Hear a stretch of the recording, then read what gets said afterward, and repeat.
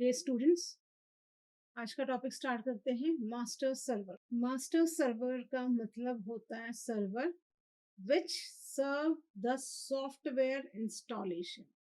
किसके लिए? एक यूजर के लिए, जो कि ऑथेंटिकेशन और ऑथराइजेशन के लिए काम करता है। So basically master server, meaning of master server is, server का मतलब होता है इंस्टॉलेशन। किसका? सॉफ्टवेयर का इंस्टॉलेशन, किसमें? ऑथेंटिकेशन और ऑथराइजेशन के लिए। सो इस पूरे फीचर्स में हम जो वर्क करते हैं वो होता है आपका master server, which is centralised policy managed होता है।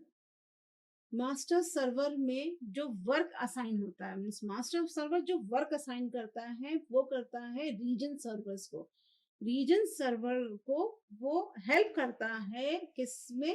कि रीजन सर्वर को किस तरह से काम करना है, ये काम असाइन करता है आपका मास्टर सर्वर। ये हैंडल करता है किसको? लोड बैलेंसिंग को। एंड रीजन एक्सेस कराता है, मतलब आपका जो रीजन सर्वर है उसमें किस तरह से लोड बैलेंसिंग को एक्सेस करना है, ये काम करता है आपका master server. Master server assign करता है वर्क रीजन सर्वर को, एंड रीजन सर्वर जो होते हैं वो जू कीपर के टास्क के साथ काम करते हैं with the help of Apache जू कीपर। मतलब जो आपका जू कीपर है वो उस टास्क को लेकर के पूरा का पूरा वर्क कराता है।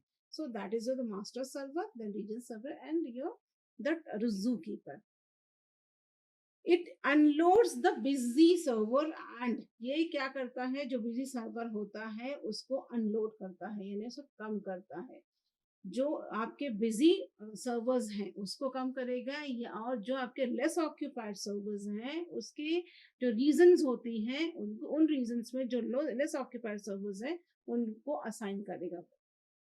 ये मेंटेन करता है स्टेट्स ऑफ द क्लस्टर, यानी क्लस्टर का स्टेट कैसा है, उसकी निगोशिएबल कैसी है, मीन्स उसका लोड बैलेंसिंग किस तरह से काम करता है उसको ये मेंटेन करता है।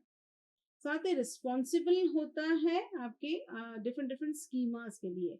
जैसे कि अलग स्कीमास हैं आपके चेंज हो रहे हैं, for example Meta data operation के लिए, या फिर आपका जो टेबल क्रिएशंस होता है या टेबल और रो क्रिएशंस होती हैं, ये कॉलम फैमिलीज होते हैं, इसके लिए ये रिस्पॉन्सिबल होते हैं।